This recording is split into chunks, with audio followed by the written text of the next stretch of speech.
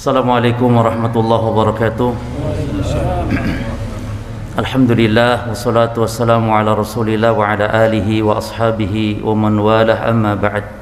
Hadirin kaum muslimin wal muslimat semua yang kita telah menyaksikan baru saja prosesi akad nikah antara saudara kita Zainal Abidin bersama Azarin Nabila. Semoga kita juga yang hadir, yang ikut serta menyaksikan juga mendapatkan fadilah, keutamaan dan barokahnya atas apa yang telah kita lakukan. Kemudian secara khusus ada beberapa nasihat-nasihat dan juga wasiat-wasiat khusus bagi kedua mempelai yang telah alhamdulillah sekarang sah resmi menjadi sepasang suami istri, dan juga tentu bagi kita semuanya. Yang pertama, bahwa pernikahan merupakan perkara yang agung yang Allah sendiri menamakan di dalam Al-Quran dengan istilah dan sebutan misaqan ghalidha. Misaqan ghalidha artinya adalah ikatan yang agung, dan itu Allah nyatakan pula ketika Allah membuat perjanjian dengan para nabi dan rasul. Ketika Allah membuat perjanjian dengan para nabi dan rasul tentang wahyu, tentang risalah, tentang agama, Allah menyebutnya dengan wa akhadna minkum misaqan ghalidha, dan kami telah mengambil perjanjian dengan kalian wahai para nabi dan rasul dengan perjanjian ikatan yang kuat. Demikian pula Allah menyebutkan sepasang suami istri. Allah Ta'ala berfirman wa akhadna minkum misaqan ghalidha, dan mereka para istri telah kalian ambil perjanjian ikatan yang demikian kuatnya, kata Allah. Maka pernikahan adalah merupakan ikatan yang agung. Oleh karena itu dalam Islam menikah bukan hanya sampai kita di dunia saja, tapi menikah adalah kita akan kekal abadi sampai di surga kelak. Sepasang suami istri bukan hanya bersatu di dunia, tapi juga akan bersatu di surga kelak sampai ke akhirat. Kemudian yang kedua, bahwa pondasi dalam kita berumah tangga adalah tentu agama dan syariat.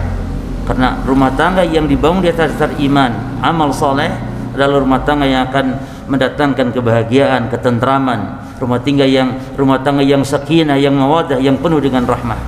Allah Ta'ala berfirman sebuah kaidah dalam Al-Quran bahwa kebahagiaan ada pada iman dan amal soleh. Allah Ta'ala mengatakan man amila salihan min dzakarin aw untha wa huwa mu'min falanuhyiyannahu hayatan thayyibah wa lanajziyannahum ajrahum bi ahsani ma kanu ya'malun. Barang siapa yang beramal soleh, laki-laki atau perempuan, sementara dia beriman, maka kami akan anugerahkan kepadanya kehidupan yang baik. Kehidupan yang baik, kata Ibnu Abbas radhiyallahu anhuma, mengatakan yakni as-sa'adah, kehidupan yang bahagia. Itu di dunia. Lalu di akhirat, kata Allah, Allah akan memberinya pahala dengan apa yang lebih baik lagi dari apa yang telah mereka lakukan ketika di dunia.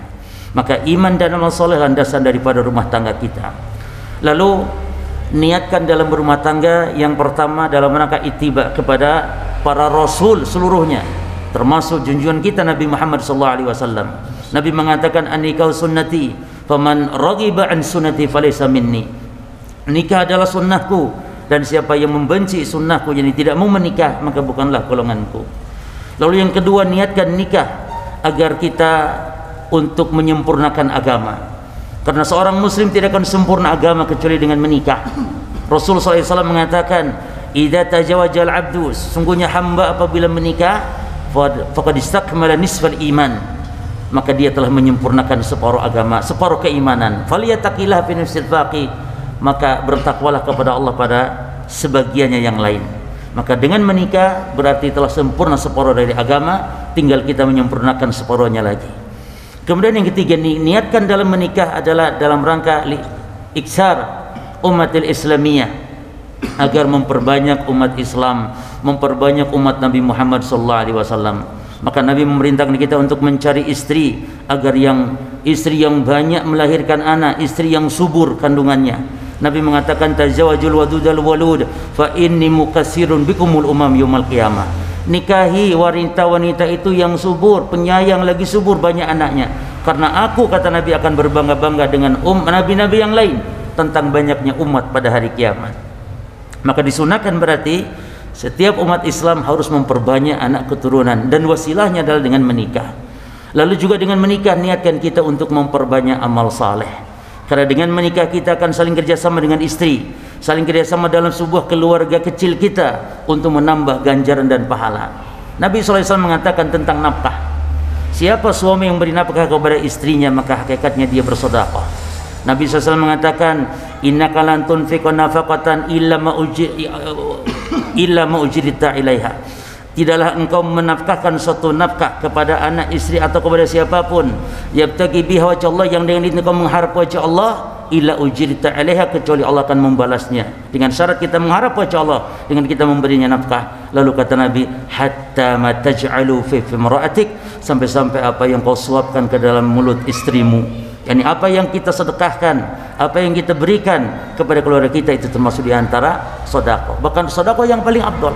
Nabi mengatakan, dinarun anfaqtahu fi sabilillah, wa dinarun anfaqtahu 'alal miskin, wa dinarun anfaqtahu fi riqab, wa dinarun anfaqtahu 'alal 'iyal, a'dhamu 'indallahi ajran alladhi anfaqtahu 'alal 'iyal.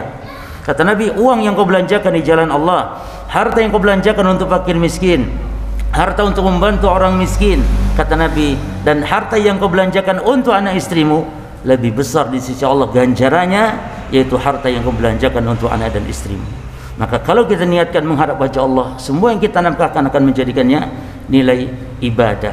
Bahkan Nabi mengatakan, wa fi bud'i ahadikum sadaqah. Jima'nya kalian dengan istri, bersetubuhnya kalian dengan istri, itu termasuk di antara bentuk sedekah. Maka di antara kenikmatan adalah ketika kita berumah tangga dengan banyaknya amal ibadah, dengan banyaknya pahala dan ganjaran.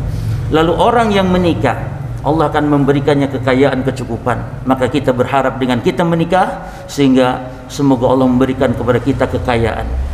Allah Ta'ala berfirman, wankihul ayyama minkum wasalihina min ibadikum wa imaikum iyakunu fuqara yughnihumullah min fadli.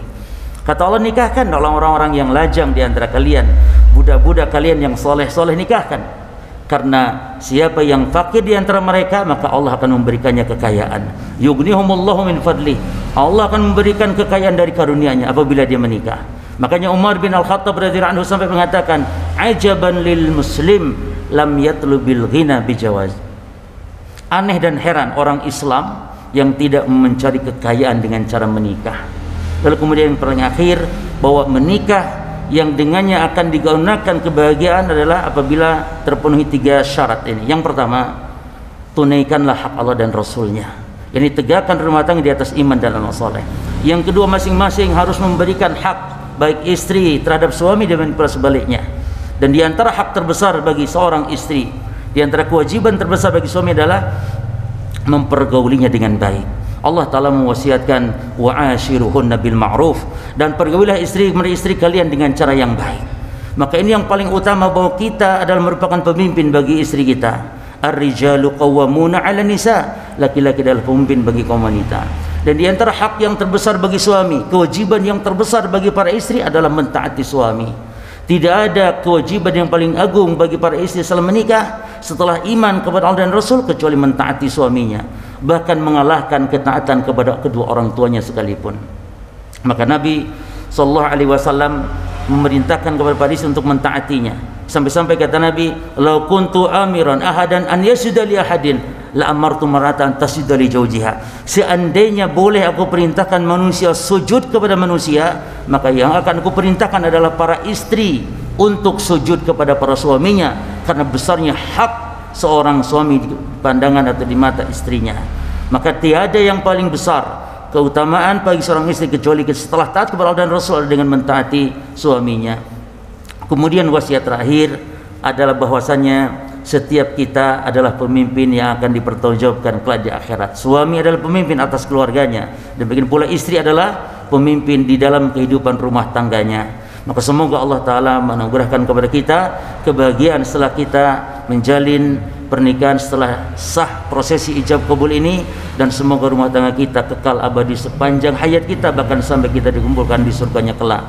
Mari sama-sama kita mendoakan mereka berdua agar semoga Allah memberikan keberkahan. Allahumma rabbana atina fid dunya hasanah wa fil akhirati hasanah wa qina adzabannar. Allahumma rabbana hab lana min azwajina wa dhurriyyatina qurrata a'yun waj'alna lil muttaqina imama. Allahumma rabbana atina fid dunya hasanah wa fil akhirati hasanah wa qina adzabannar.